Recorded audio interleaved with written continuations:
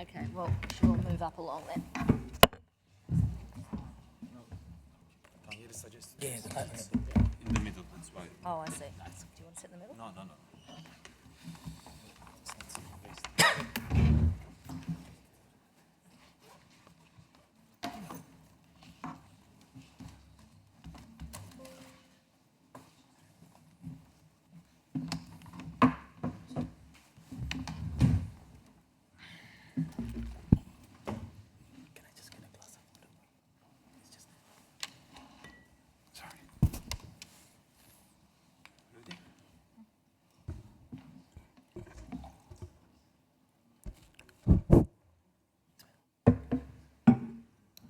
Hi everyone, welcome. Thank you for being here. Well, to be honest, I'm looking at the panelists and I think that no one could have imagined such a scene just a year ago. But at the end, here we are, and two countries with vastly different geographical locations and socioeconomic backgrounds, yet both highly dependent on fossil fuels, have come together to help solve the world's most pressing problem. This is an extraordinary process, unfolding at a rapid pace, not only for the delegations, but also for civil society. But as we know, this is an extraordinary time, and obviously it requires some extraordinary solutions. For this reason, we are here today to present a joint letter addressed to COP31 President-designate Murat Kurum and President of Negotiations Chris Bowen'e. Backed by a joint statement from 94 civil society organizations from both countries, this letter emphasizes that the close cooperation between Turkey, I keep missing the name, between Turkey and Australia offers a historic opportunity to make a real international progress in transitioning away from fossil fuels. So what exactly does this letter call for? The partnership between Turkey, Australia, and the Pacific represents a unique opportunity. To fully realize this, we have outlined 4 essential pillars. 1, a transition away from fossil fuels. To keep the 1.5-degree target alive, we must stop the climate crisis at its source. This is the #1 priority, and it's still the first one. And second, just transition mechanism. We need to translate this concept into concrete actions through dedicated funding, clear timelines, and practical steps that protect workers and vulnerable communities. Crucially, this mechanism must also safeguard the individual and collective rights of indigenous people to self-determination, including their free, prior, and informed consent. Third, scaling international climate finance where it's needed most. COP31 must enable developed countries to enhance their planned contributions to the new global climate finance goal, increase public grant-based financing, and ensure that major polluters pay their fair share. And fourth, and lastly, rebuilding trust in the multilateral process.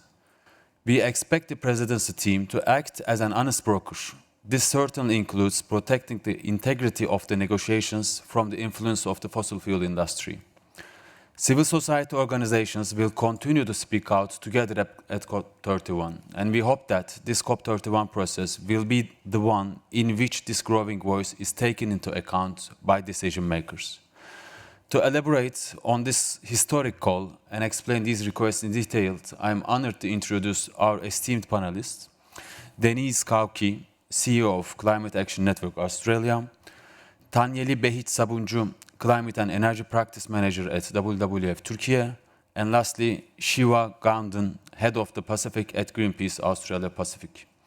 Denise, the floor is yours. Thanks, Berkan. Thank you, Berkan. The fossil fuel era is ending. The energy crisis is exposing the true cost of fossil fuel dependence. Communities pay for disasters and energy price shocks. As the incoming president and president of negotiations, Turkey and Australia must put the 1.5-degree temperature goal at the heart of COP31. And this demands that we must address the primary cause of the climate crisis: burning coal, oil, and gas. Australia has a unique opportunity and responsibility to lead. Australia is a renewables leader. Australia is also one of the world's largest fossil fuel exporters. With its fossil fuel trade with Asia, Australia plays a critical role in the transformation to clean energy partnership. And Australia is a wealthy nation with great capacity. So in this unique partnership, Turkey and Australia can demonstrate climate leadership and build the international cooperation needed to meet this extraordinary moment. We welcome the ambition on electrification announced this week. In Australia, there is good news. Renewable energy now powers more than half of the main electricity grid. 1 in 3 Australian households has rooftop solar, which is the highest rate in the world. And this progress has not happened by accident. Communities are leading action. For more than 60,000 years, First Nations peoples have cared for country through deep knowledge, stewardship and leadership, and they are at the forefront of climate action. Across Australia, people are protecting towns from catastrophic fires and floods, supporting neighbours through extreme heat, and building the clean energy future from the ground up. Australian voters have voted for climate action and rejected nuclear power. But the climate crisis is accelerating, and fossil fuel expansion continues. And Australia is one of the world's largest exporters of fossil fuel pollution. Much of that pollution is exported to our region, particularly East Asia, including Japan and South Korea. Under Prime Minister Anthony Albanese, the Australian government has approved 36 new coal and gas projects or expansions since being elected in 2022. And corporations still want more. Woodside wants approval from the Australian government for its Browse gas project. Woodside's plans in Western Australia are the biggest climate bomb in the Southern Hemisphere. The community will not stand for drilling for gas around Scott Reef, destroying ancient cultural heritage, or fracking Australia's iconic Kimberley. The Browse gas project cannot coexist with limiting global heating to the 1.5 degree goal in the Paris Agreement. And let us be clear, this temperature goal is a red line for Pacific nations. The magnitude and gravity of the Albanese government's decision on the Browse gas project cannot be overstated. And Australia will be in the spotlight. Australia cannot credibly champion global ambition while approving new fossil fuel expansion at home. As COP31 President in negotiations, Australia will help shape international climate decisions. So we are calling on the Australian government to build momentum by leading by example at home. And this means, first, Australia must commit to develop a national roadmap to transition away from fossil fuels, including phasing out coal and gas exports in line with limiting heating to 1.5 degrees. This means an immediate end to new coal and gas approvals, like the Browse gas project. A national roadmap must also protect land rights and secure economic futures for First Nations communities. Second, build energy security.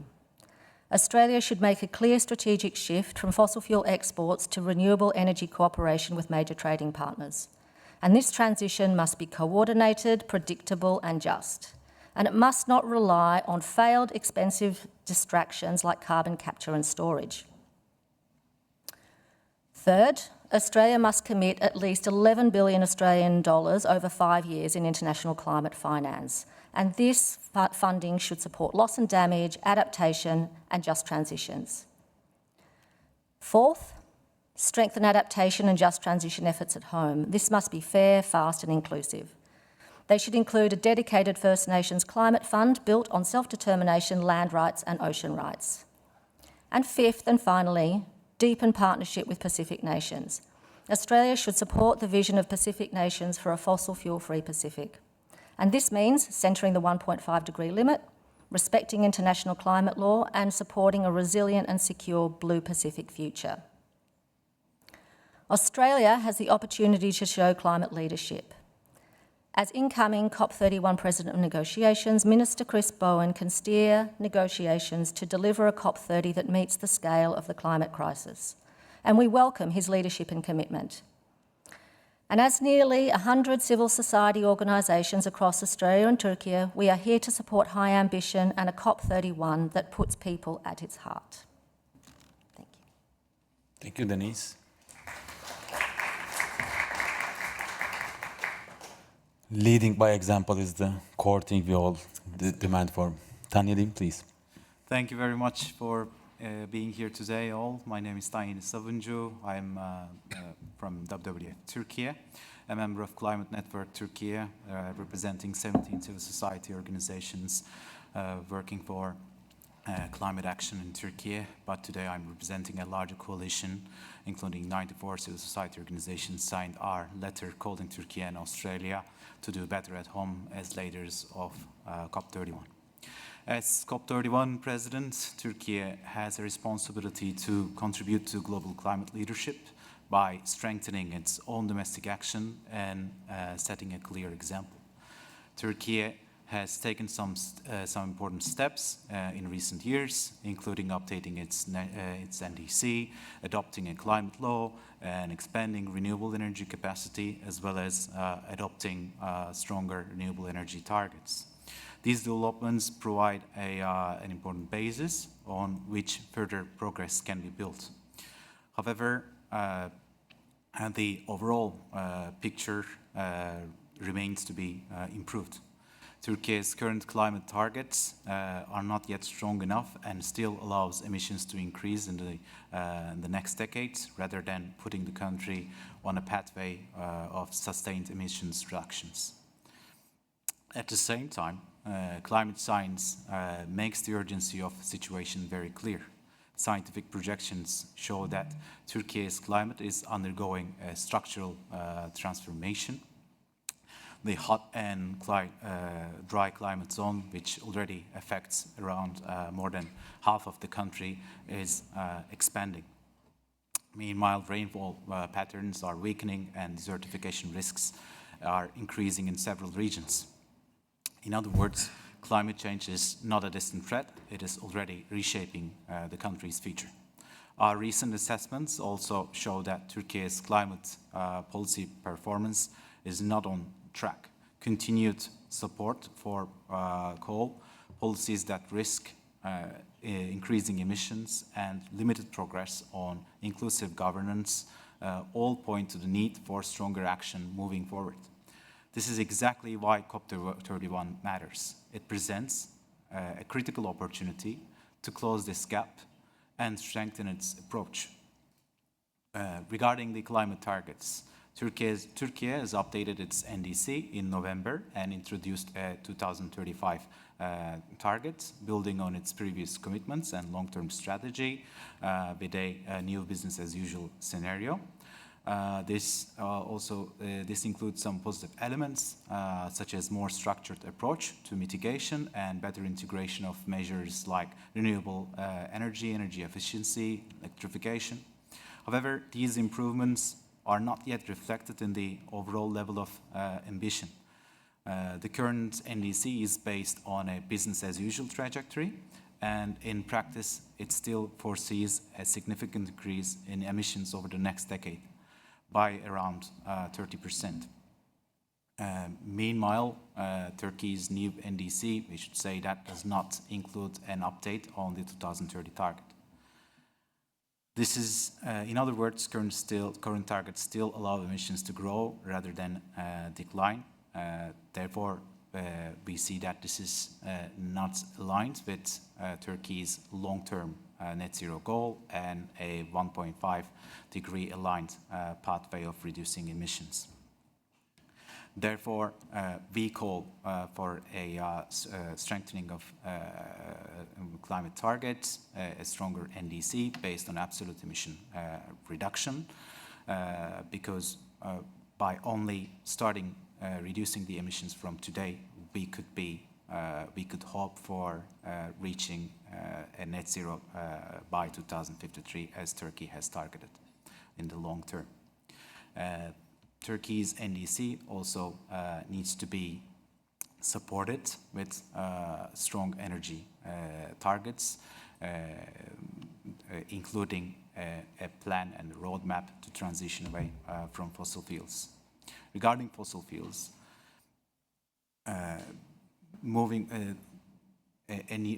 we see that there is no, we are expecting to see no new coal investments, a clear coal phase-out plan, and a just transition framework that protects workers and local communities. climate targets need to be backed by real policies and by a clear pathway from fossil fuels. This is also critical to ensure a just and equitable transition for all. Regarding renewable energy, Turkey has made notable progress in renewable energy. As of 2026, wind and solar capacity has reached around 40 gigawatts, accounting for roughly 1/3 of the total capacity. In terms of electricity generation, wind and solar together provided 22% of electricity in 2025, reflecting a steady upward trend. At the same time, our government set an ambitious target of reaching 120 gigawatts of wind and solar capacity by 2035, which means quadrupling the current capacity. This indicates a positive trend on the energy transition. However, how we transition matters. The shift to renewable energy must not come at the expense of nature, biodiversity, or local livelihoods. Recent regulatory changes raise concerns in this regard. The Omnibus Law, adopted in July 2025, has weakened the environmental impact assessment processes and opened protected areas, forests, and pastures to energy investments. This creates a real risk for ecosystems and local communities. These developments highlight the importance of getting the transition right. Turkey can scale up renewable energy rapidly, but it must do so in a way that protects nature and ensures benefits for communities. And this is both possible and necessary. As for adaptation, Turkey is already experiencing the impacts of climate crisis through droughts, floods, forest fires, and losses. And we have, in 2024, we have adopted an adaptation strategy covering 11 sectors. But this must be strengthened by nature-based solutions and protecting ecosystems. And finally, on governments, one of the key gaps is limited participation of civil society on input climate policy making. Current processes do not sufficiently include independent civil society and lack of transparency. Inclusive governance is not optional. It is essential for effective and trusted climate action. We need formal participation mechanisms, transparent consultation processes, and meaningful engagement of all stakeholders. Real climate leadership is not only about hosting a conference, it's setting ambitious targets, committing a transition away from fossil fuels. Therefore, we look forward to Turkey using COP31 not only to host, but to lead with ambitious inclusiveness and real climate action. And we are always ready to support and engage our governments in this regard. Thank you very much. Thank you, Tanyeli. In addition to what you said about Turkey's NDC, I want to quote Murat Kurum, COP31 president, when he said 3 days ago, some developing countries are committing reducing emissions from business as usual. We need to start reducing emissions now. This is what he said, and the only problem, Turkey's NDC is also reduction from business as usual. Shiva, please. Nisambula vinaka. Au vinakata me ovakaro korokataki irananongongase kenanongo vanua. I'd like to acknowledge my ancestors and my land, and also the land of everyone that's here in this room. Nayadango ko Shiva Gandhin. My name is Shiva, but I'm also a son of the Pacific. So I'm from a very beautiful village of Navoli, which is located in the district of Mba in Fiji, and built by the love and sacrifices of indentured slaves who were shaped but not defined by the British colonial rule. Listening to you two, I feel like the Pacific is perfect after all the things you have raised about your governments, but unfortunately Pacific is also not perfect. So today I'm just going to give a little bit about the Pacific input into the presidency and what we are asking for the presidency. In our Pacifica cultures, we are guided by this concept of Va. The Va is this sacred living space that breathes between us, but it is not an empty or dead space. It is a deep, loving architecture that connects us. It is the relationship that binds us to one another, to our ancestors, to our land, which is our vanua, to our ocean, which is our moana. When the va is honored, there is a balance. When it is broken, there is devastation. And I sit here before you today because the va is broken and at times broken beyond repair. I don't need to speak about the lived realities of the Pacific because I think those who have attended this and many other multilateral forums, they know this quite well and have heard it many times. And for us Pacifica people, sometimes it's very hard to dig deep always to try and resurface some of those stories. But if you would like to see something, let me just give a plug. Go straight down to Chamber Hall. On your left, there's an exhibition and there's the story of the Pacific if you want to know more. We are here to discuss the road to COP31. We recognize that the partnership between Turkey, Australia and the Pacific represents a unique opportunity. But true partnership requires us to honor the va with profound respect and brutal honesty. The honest truth is that limiting warming to 1.5 degrees is not a political target. It is a strict survival limit for our communities, for our ecosystems and our economies. Yet the nations stepping up to lead COP31, Turkey and Australia remain highly fossil fuel dependent economies. We cannot address the crisis without addressing its root cause. The burning of coal, oil and gas. This is no longer just a Pacific demand. It's a global legal directive. July 2025, you may remember the International Court of Justice delivered a historical truth. They ruled clearly that the failure to take appropriate action to protect the climate system, specifically through fossil fuel production, fossil fuel consumption, and granting of fossil fuel exploration licenses or the provision of fossil fuel subsidies may constitute an internationally wrongful act. So it is a legal injustice. The court has affirmed also that developed countries have heightened responsibilities to lead and to provide the finance necessary to assist vulnerable states. Paying for the damage they have caused is not a charitable donation for us. It is a legal duty. And the global community agrees. Last month, you also saw that the UNGA had an overwhelmingly majority of 141 states vote to operationalize this historic ruling. So 141 nations declared that the transition away from fossil fuels and the delivery of real climate finance is no longer just a negotiation point. It is binding. COP31 can be the start of that. It must serve to rebuild trust in the multilateral process by proving it is about action, not just words. It is, after all, been labeled many times that it will be the implementation COP. To honor this mandate, the COP31 presidency team must act as an honest broker.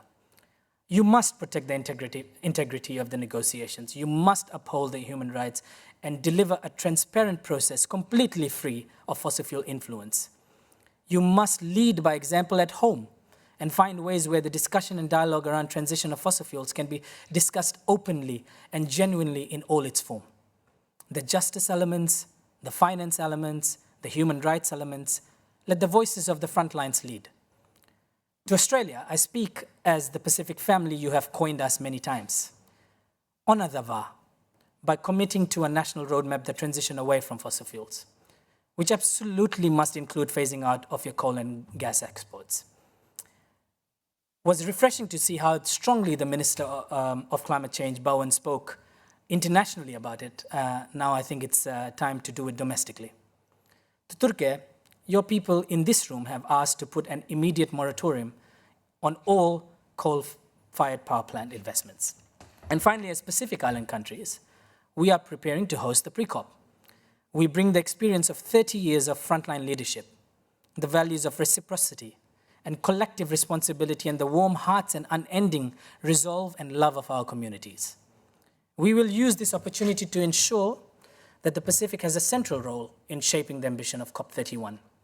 We want to be the first region to be fossil fuel free. Let me also be clear, we are not here to provide a beautiful tropical backdrop for a broken system. We will continue to be the voice of science, justice, and ambition. We are here to set the compass, and the world can go on a wayfinder's journey with us. True partnerships mean honoring the va with absolute honesty.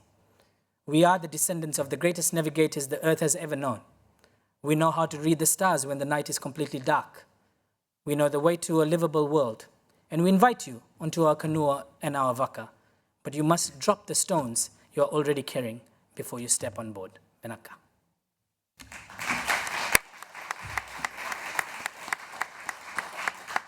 Thank you, Shiva, for one, pronouncing the name of my country better than I do.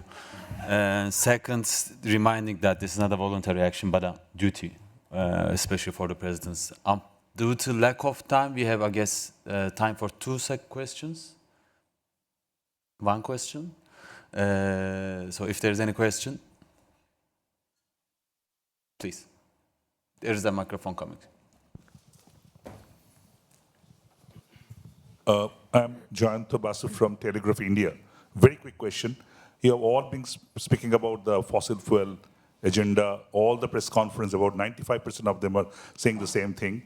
But how do you expect that to reflect in the UN official discourse in COP31? Do you really expect it? Because I'm saying this because various countries are saying that addition of any new issue or obligation beyond what agreed are not comfortable for them. So what's your take on that? Very quick answers, if anyone wants to. Maybe I can start. Well, comment. Okay, we have to finish, I guess. You can continue one by one, one to one. Okay, sure, of course. Thank you for all being here. Thank you to panelists for those great speeches. Thank you.